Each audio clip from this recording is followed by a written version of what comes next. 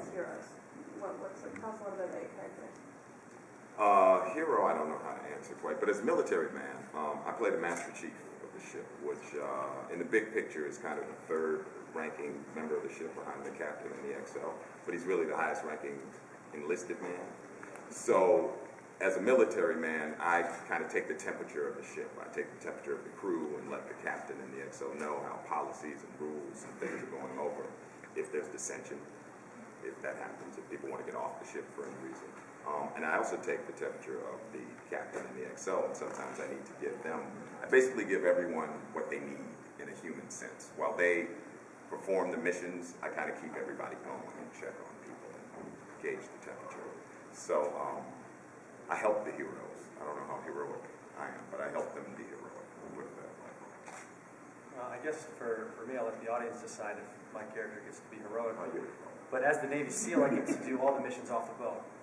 So anytime we have a mission, whether it's to get monkeys or whether it's to go do whatever we do, I have to have my crew together, come up with a plan, and then we go out and get to get our hands dirty. So it's been fun getting to do a lot of action with this show, and it's got Michael Bay written all over it. So there's a lot of cool stuff that we've got to do, and I really hope that it mirrors what the real Navy SEALs they do in action. And with them working by our side, I think it's going to be pretty damn authentic. The other thing that's going on with Travis's character is that, in the pilot, he loses his closest friend, and so his character is carrying a lot of the grief.